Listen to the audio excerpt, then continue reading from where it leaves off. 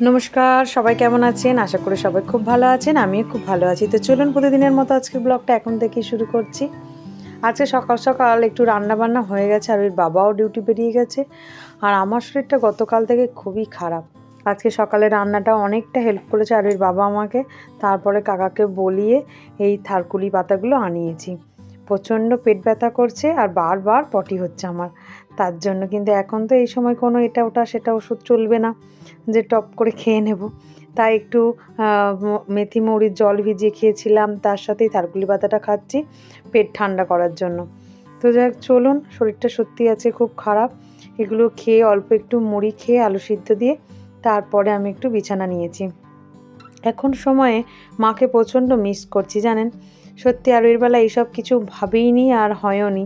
তখন মায়ের অনেকটা সাপোর্ট পেয়েছিলাম প্রথম প্রেগনেন্সি জার্নিটাতে, কিন্তু এই দ্বিতীয়বারে এসে একে বয়সের সাথে সাথে অনেকটা আমি নিজেকে হোপলেস মনে করছি। আর তার সাথে সাথে মায়েরও খুব শরীর খারাপ, একদমই পাশে পাচ্ছি না। খুবই অস্বস্তিকর একটা ব্যাপার। মন চাইছে কিন্তু কিছু করার নেই। মায়েরও খুব শরীর খারাপ আর তার সাথে সাথে আমার আরোহীটাও খুব বকুনি খাচ্ছে জানেন। আমার কথা মানে একটু না শুনলেই রেগে যাচ্ছি আমিও। আর যত না কাজ করে উঠতে পারছি তত নিজেকেও খুব রাগ ধরছে আর আরোহীর ওপরও রেগে যাচ্ছি। যেটা কি করব, অনেক হেল্প পাচ্ছি আমি সত্যি কথা আরোহীর বাবার থেকে, অসীমার থেকে। তাও কত কাজ বলুন তো সংসারে, এটা ওটা সেটা। এই দেখুন না, গতকাল রাতে এতটাই শরীরটা খারাপ ছিল, যা মাসকাবাড়ি বাজার এনেছে আরোহীকে বলতে শুধু জাস্ট বালতিতে ভরে দিয়েছিল।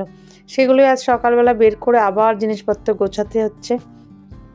একটু শুয়েছিলাম ঠিকই কথা, তারপর আবার উঠতে হলো ওষুধ খাওয়ার জন্য। তো ওষুধটা খেয়ে তারপরে আবার এগুলো করে নিচ্ছি, কারণ সময় দেখতে দেখতে কিভাবে যে বয়ে যাচ্ছে। এক শরীরে সকালবেলা একদম জোর পাচ্ছিলাম না, হাতে পায়ে টাঁচ এসে যাচ্ছিলো। আর ওই যদিও একটু তেল মালিশ করেছে, ওর বাবাও আমাকে একটু তেল মালিশ করে দিয়েছে, তারপরে একটু উঠেছি। তাও উঠতে উঠতে প্রায় ধরুন 7:30 বেজে গেছে। তারপর থেকে এখন বাজে প্রায় 11:30 কাছে। তাহলে বুঝতে পারছেন সময় কিভাবে জলের মতো বেরিয়ে যাচ্ছে। কাজ কিন্তু আমি এগিয়েই যেতে পারছি না। তাও আজকে কিছু কাচাকুচি কিছুই হয়নি, শুধু জাস্ট ধোয়াধুয়ি করে দিয়েছে ওর বাবা, কারণ সময় তারও হাতে নেই। সত্যি এখন মনে হচ্ছে জীবনে মায়ের কতটা দরকার, কিন্তু কি আর করা যাবে, মাকে ছাড়া যেহেতু এই জার্নিটা আমাকে পার করতে হবে। তাই আরুইর বাবা আর আমি প্রায় সময় বসে বসে দুজনে আলোচনা করি জানেন, যে কিভাবে কি করব দুজনে। আগে থেকেই আমরা প্রিপারেশান নিয়ে নিই, না করে নিলে পরে প্রচণ্ড খারাপ লাগবে আরও। এমনিতেও তো প্রচণ্ড টেনশান হচ্ছে সত্যি কথা, মায়েরও শরীর খারাপ সেই কারণে হচ্ছে। আর নিজেকেও যত না আমি কাজ করে উঠতে পারছি বা শরীরটা আরও খারাপ লাগছে বা দিনও এগিয়ে আসে, তত নিজেরও ভয় কাজ করছে একটা শরীরের মধ্যে। আর ওর বাবা যতই বলছে কিন্তু তাও না হয়ে উঠছে না। মায়ের মতো কেউ করবে না, আর সারাদিন তো উনি বাড়িতে থাকবেনও না, এই রাতটুকুনির জন্য থাকবেন, তাও কতটাই বা ওনাকে জাগিয়ে রাখা যায় বলুন তো। এমনিতেও আমার অনেকটা সময় আগে থেকেই শরীরটা খারাপ হয়ে গেছে, তাই অনেক আগে থেকেই আমাকে সাপোর্ট করছে। তাও এরপরে আরও অনেক সাপোর্টের দরকার, কিন্তু কতটা কি করতে পারবে আমি তো বুঝতেও পারছি না। আর কাজের লোকেদের দিয়ে আর কতই কী বা হয় বলুন তো, কতটা সময় বা তাদেরকে আমি পাবো সাথে কাছে।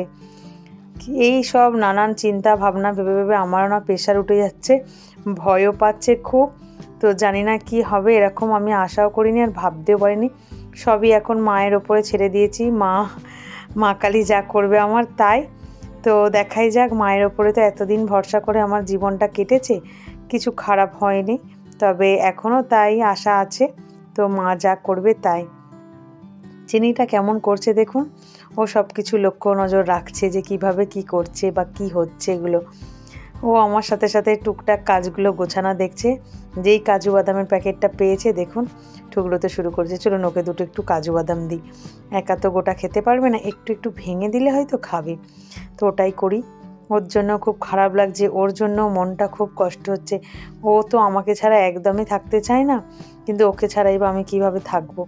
সেসব ভাবনা চিন্তা ভাবতে ভাবতে আমার দিন কাটছে। তার উপরে এইরকমভাবে গতকাল সকাল থেকে শরীরটা খারাপ হয়ে গেছে, আজকে আবার এইরকম অবস্থা, জানি না কি হবে। ওষুধপত্রও খেতে পাচ্ছি না, আর শরীরটাও যেন নিজেকে একদম মানে কি বলবো, মনে হয় বিছানাতেই শুইয়ে রাখি। সেটাও তো চলবে না বলুন তো। কেউ নেই বাড়িতে যে তাকে একটু বলে ভরসা করা যায় এরকম, বা আমাকে বুঝবে সেরকম কেউ নেই বাড়িতে যে ভরসা করব। সেটা সত্যি কথা বলতে মাই পারে আর মাই বোঝে। তো সত্যি কথা প্রথম জার্নিটা আমার এতটা খারাপ যায়নি, যথেষ্ট সাপোর্ট পেয়েছিলাম মায়ের, আর সেটাই সবথেকে বড় এই সময়। তবে এখন ভাবি অনেকেরই তো অনেক কিছু থাকে না জীবনে, তবুও সবাই মানিয়ে নেয়। আর আমার এখন কি করা যাবে বলুন। আজকে সকালবেলা এই যে লাউয়ের ঝোল বানিয়েছিলাম, যেহেতু বলছি শরীরটা খারাপ, তাই বিশেষ করে পটির কারণেই আজকে লাউয়ের ঝোল একটু ঠান্ডা ঠান্ডা। তো আর আমি একটু গরম করে নিলাম, নালে আবার একদম ভালো লাগবে না, সকালে রান্না তো সেই কারণে। তবে একটু লেবু দিয়ে মেখে না দারুণ লাগলো খেতে আজকে লাউয়ের ঝোলটা। আর প্রচণ্ড খিদেও পেয়েছিল, সেই একদম সকালে আমি একটু আলু সিদ্ধ দিয়ে মুড়ি খেয়েছিলাম। দুর্দান্ত স্বাদ ছিল, মাছটা দিয়ে দারুণভাবে খেলাম। তো চলুন ভিডিওটা আজ এখানেই শেষ করছি। আগামীকাল একটি নতুন ব্লগে আবার দেখা হবে। সবাই সুস্থ থাকবেন, ভালো থাকবেন, সবাইকে ভালো রাখবেন। আর ভিডিওটা কেমন লাগলো অবশ্যই কমেন্ট করে জানাবেন। ভালো লাগলে একটা লাইক, সাবস্ক্রাইব করে পাশে থাকবেন। টাটা।